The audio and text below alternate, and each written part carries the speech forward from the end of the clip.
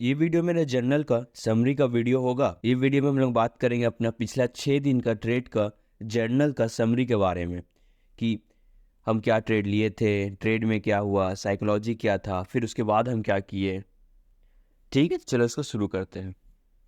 पहला ट्रेड हम लिए थे 29 फरवरी को। तो उस दिन लिए थे भारतीय एयरटेल में बेयरिश फ्लैग एंड पैटर्न का ब्रेकआउट पर। और उस दिन अच्छा खासा मेरे को मेरा जो टारगेट था वो मेरे को मिल गया था। लेकिन उस दिन क्या हुआ था कि मार्केट मेरा टारगेट से और बहुत ज़्यादा नीचे चल गया था, और 10-15 पॉइंट नीचे चल गया था। तो उस टाइम थोड़ा मेरा साइकोलॉजी गड़बड़ा गया था, थोड़ा फोमो आ गया था। तो उसी में हम अपना जर्नल में क्या लिखे है, जब मार्केट मूवमेंट नहीं दे रहा था, जब मार्केट फ्लैग एंड पैटर्न का स्ट्रक्चर बना रहा था, लेकिन पहले हम उसको आइडेंटिफाई कर लिए थे और ट्रेड ले लिए थे, और मार्केट मेरी तरफ में मूवमेंट नहीं दे रहा था, तब हम क्या लिखे, मार्केट मेरे साइड में जल्दी ब्रेकआउट नहीं दे रहा है, धुक धुक हो रहा है, हम नहीं चाहते कि मार्केट मेरे एसएल खाने के बाद नीचे चल जाए, इसलिए एसएल थोड़ा ऊपर करके लगाए हैं। फिर थोड़ा मार्केट बेयरिश हुआ था उसके बाद, तो चलो मार्केट थोड़ा बेयरिश हुआ है, निकाल दे बस जल्दी से, और कुछ नहीं चाहते हैं। फिर तो उसके बाद फिर मार्केट सपोर्ट ले लिया था। और फिर मार्केट मेरे को आखिर में मेरे तरफ में मूवमेंट दिया, और मेरे को मेरा टारगेट दे दिया। तो उसमें हम लिखते हैं कि ट्रेड चल गया बहुत अच्छा से, 7 पॉइंट बुक कर लिए, एकदम आराम से 37 रुपये का प्रॉफिट हुआ है, बहुत अच्छा है। आज का दिन बंद करते हैं। अब उसके बाद क्या हुआ, मार्केट और 10-15 पॉइंट नीचे चल गया। तब उसमें लिखते हैं कि स्टॉप लॉस ट्रेल करना चाहिए था। एग्जिट करने के बाद मार्केट और नीचे चला गया।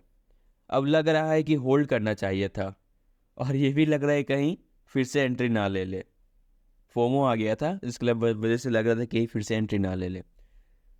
और इसके बाद फिर हम क्या ऑब्जर्व किए, जो मेरा ऑब्जर्वेशन था, और अपना हम एक रूल में ऐड किए हैं कि मार्केट कभी भी अगर स्मॉल कैंडल से अगर ब्रेकआउट या फिर ब्रेकडाउन दे रहा है, आपके टारगेट की तरफ जा रहा है, तो टारगेट पे निकल जाओ।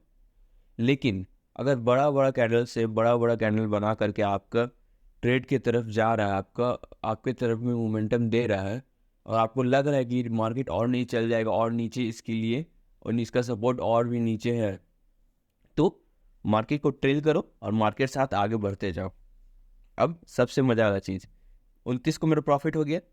एक को हम ट्रेड करने बैठे, ज़्यादा क्वांटिटी के साथ में। क्यों?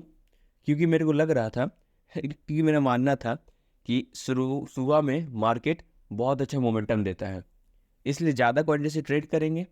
मेरी तरफ मार्केट चल गया तो अच्छा खासा प्रॉफिट हो जाएगा। लेकिन क्या हुआ, उस दिन मार्केट स्लो हो गया। जिस दिन हम ज़्यादा से एंट्री करने का सोचे, उसी दिन मार्केट स्लो हो गया। इसमें हम क्या लिखते हैं, आज का पहला ट्रेड में ही लॉस हो गया 31 रुपये का। पहला ट्रेड में लॉस हो गया था 31 रुपये का। सोचे थे कि फास्ट मूवमेंट आता है सुबह में, ज़्यादा क्वांटिटी से ट्रेड करते हैं, अगर चला तो अच्छा खासा प्रॉफिट हो जाएगा। और फिर दोबारा हम ट्रेड लिए, लॉस रिकवर करने का चक्कर, मेरा दिमाग में लॉस चल रहा था कि पहला ट्रेड में 30 रुपये का लगभग का लॉस हो गया था। लॉस रिकवर करने का चक्कर में ज़्यादा क्वांटिटी से ट्रेड किए, और फिर से लॉस हो गया। फिर उसके बाद हम लिखते हैं जो ज़्यादा कॉन्फिडेंस वाला ट्रेड होगा उसी में ज़्यादा क्वांटिटी से करेंगे, और फिर वो दिन वहीं पे ख़त्म हम करते हैं। और फिर इसमें हम नीचे में और लिखते हैं, हम ज़्यादा क्वांटिटी से आज ट्रेड किए हैं, मेरा पहला ही ज़्यादा लॉस हो गया था, इसलिए हम दोबारा ट्रेड लेने में कतरा रहे थे और लेना नहीं चाह रहे थे। उस दिन मेरे को लगभग 50 रुपये का लॉस हुआ था। आगे भी लिखते फोमो के बारे में। फोमो की वजह से एंटर किए और फिर लॉस हो गया। ओ, जब हम बोले थे कि मार्केट से हम निकल जाएंगे, उसके बाद फिर हम मार्केट में आके फिर एंटर ले लिए थे, एक तो रिकवर करने के चक्कर में फोमो की वजह से एंट्री किए और लॉस हो गया। अब लॉस जो हो गया था वो हो गया था लगभग 60 रुपये का। तो उसी में लिखे कि ब्रोकरेज वोकरेज मिला कर सब आज लगभग 100 रुपये का लॉस हो गया है, क्योंकि हम कल प्रॉफिट किए थे और थोड़ा कॉन्फिडेंस आ गया था, और आज ज़्यादा क्वांटिटी से ट्रेड करना चाह रहे थे, और ज़्यादा क्वांटिटी के ट्रेड करने की वजह से ही मेरा लॉस हो गया। आज और ट्रेड नहीं करेंगे। और फिर 2 तारीख 3 तारीख 2-3 को ट्रेड नहीं किए थे, फिर 4 तारीख को ट्रेड किए थे। आज का पहला ट्रेड भारतीय एयरटेल में, इसमें हम क्या लिखे, आज का पहला ट्रेड भारतीय एयरटेल में। उस दिन मार्केट वॉलेटाइल था, तो ना ट्रैप कर लिया था मेरे को बहुत जल्दी जल्दी, इसमें भी मेरा लॉस हो गया था इस दिन भी। आज का पहला ट्रेड भारतीय एयरटेल में, एक रिजेक्शन कैंडल का फॉर्मेशन के बाद बस थोड़ा लेट एंट्री हुआ था। मेरे को लग रहा है कि ये मेरा एसएल लेके चल जाएगा, टारगेट नहीं देगा, और आखिर में एसएल हिट हो गया। फिर दोबारा ट्रेड लिए, तो फिर से एक ट्रेड लिए टॉप से रिजेक्शन कैंडल का ट्रेड लिए थे। मार्केट वापस फिर से हल्का नीचे आया, रिवर्स करके ऊपर चल गई। इतना खराब किस्मत था ना उस दिन, क्या बोले। मार्केट खाली ट्रैप का था, बना रहा था और उस तरफ जा ही नहीं रहा था, बना रहा था उस तरफ जा ही नहीं कर रहा था। इन्वर्टेड हैमर बनाया कि मार्केट वहाँ से फिर नीचे आएगा, मार्केट नीचे आया, थोड़ा वापस सपोर्ट लेके ऊपर चल गया। हैमर बनाया, फिर नीचे आया, सपोर्ट लेके चल गया। और फिर दोबारा फिर 5 तारीख को ट्रेड किए थे, 5 मार्च को। इस दिन तीन ट्रेड के लगभग में ट्रेड लिए थे और इसमें तीनों में लॉस हो गया था। लेकिन फिर दोबारा इसमें हम रिकवर कर लिए थे, थोड़ा मोड़ा प्रॉफिट इसमें कर लिए थे। तो इसमें क्या हुआ था, इसमें हम लिखते हैं कि आज 3 ट्रेड लिए थे, 3 में एसएल हिट हो गया, तीनों में एसएल हिट हो गया।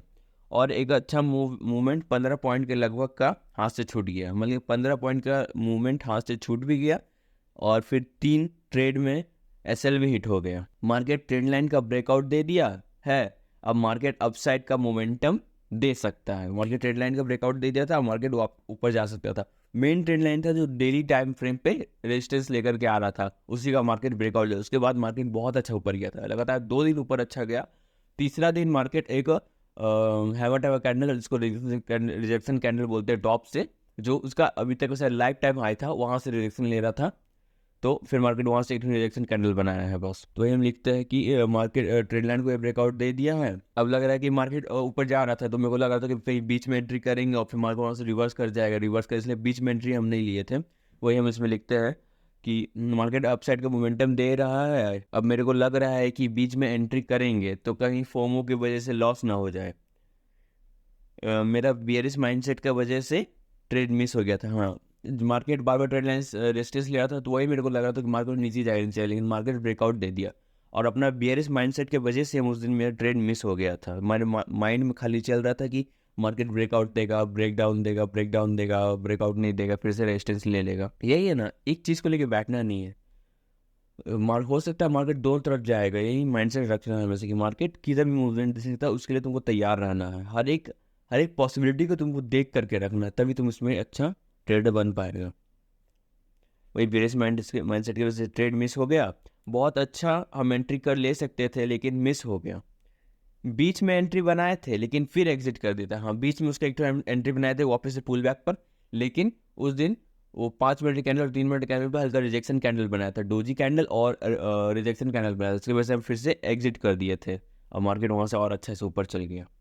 और वापस से फिर हम उसमें एंट्री बनाए थे, एक पुल बैक पर बनाए थे, इसमें थोड़ा प्रॉफिट किए थे। ये वही हम इसमें लिखते हैं कि फिर एग्जिट मार दिए लॉन्ग वीक और डोजी कैंडल को देख करके 5 मिनट और 3 मिनट पर। और फिर हम उसमें लिखे थे कि कभी भी बीच में नहीं निकलेंगे, या तो टारगेट या तो स्टॉप लॉस। वो हम बीच में निकल गए तो मार्केट उसके बाद और ऊपर चल गया था। उसके बाद हम ये लिखे थे कि कभी बीच में नहीं निकलेंगे, या तो टारगेट या तो स्टॉप लॉस। हम बियरिश एनगल्फिंग कैंडल को और डोजी कैंडल को देख कर बीच में निकल गए और उसके बाद मार्केट और ऊपर का रैली दे दिया। चूतिया दोबारा से एंट्री भी नहीं किए। अब मन कर रहा है कि ज़्यादा क्वांटिटी से ट्रेड ले और लॉस रिकवर कर ले, इसीलिए हम आज ट्रेडिंग बंद कर रहे हैं। और उस दिन फिर लग रहा था कि निकल गया हाथ से, ज़्यादा क्वांटिटी ट्रेड लेते तो लॉस रिकवर कर लेते हैं। वही हम इसमें लिखते हैं कि आज मेरा गलती था जो हम बीच में निकले और बाइंग वाला ट्रेड को कैंसिल कर दिए, और फिर उस दिन हम बंद कर देते हैं। और फिर दूसरा दिन 6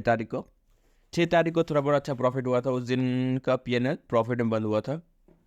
तो उस दिन क्या था, उस दिन हम पहले 2-3 ट्रेड ले लिए थे, लॉस हुआ था, लेकिन आखिर में एक सही साइड का ट्रेड देख करके लिए थे, मेरे को अच्छा खासा प्रॉफिट हो गया। तो उसमें लिखते हैं कि आज 2-3 ट्रेड लिए थे, लेकिन ये तीसरा ट्रेड अच्छा चला, क्योंकि इसमें हम एक बुलिश फ्लैग एंड पैटर्न का ब्रेकआउट एंड कंफर्मेशन के बाद ट्रेड लिए थे। बुलिश पैटर्न का फॉर्मेशन, उसका ब्रेकआउट और फिर उसका रीटेस्ट के बाद फिर हम एंट्री लिए थे, जिसकी वजह से उसमें मेरे को अच्छा खासा प्रॉफिट हो गया। फिर लिखते हैं कि और एक ट्रेड लिए एक पुल बैक पर। फिर मार्केट जब अपसाइड का रैली कर रहा था, तब एक पुल बैक पे भी हम एक छोटा सा ट्रेड लिए थे, जिसमें मेरे को अच्छा खासा प्रॉफिट हो गया था। और यही था कि इसमें लगभग 41 रुपये का प्रॉफिट पे हम दिन बंद किए थे। हाँ, ये अभी तक मैं जितना क्लियर हूँ उसका हाईएस्ट प्रॉफिट है 41 रुपये, और ये हाईएस्ट प्रॉफिट पे हम बंद किए थे। अगर मार्केट को हम पहले से आइडेंटिफाई कर लेना, मार्केट क्या होता है ना कि मेरा स्टॉप लॉस लेके चल जाता है ऊपर, डायरेक्शन दे देंगे स्टॉप लॉस लेके चल जाता है। यही है, तो आइडेंटिफाई अच्छे से करना पड़ेगा, फोकस बढ़ाना पड़ेगा, ये सब चीज़ है बस। और कंसिस्टेंसी रहेगा तो धीरे धीरे सब कुछ ठीक हो जाएगा, इसलिए कंसिस्टेंट रहना है और बस अपना काम पे ध्यान दो, आगे बढ़ते रहो। तो ये वीडियो को यहीं ख़त्म करते हैं। बोलो जय श्री राम।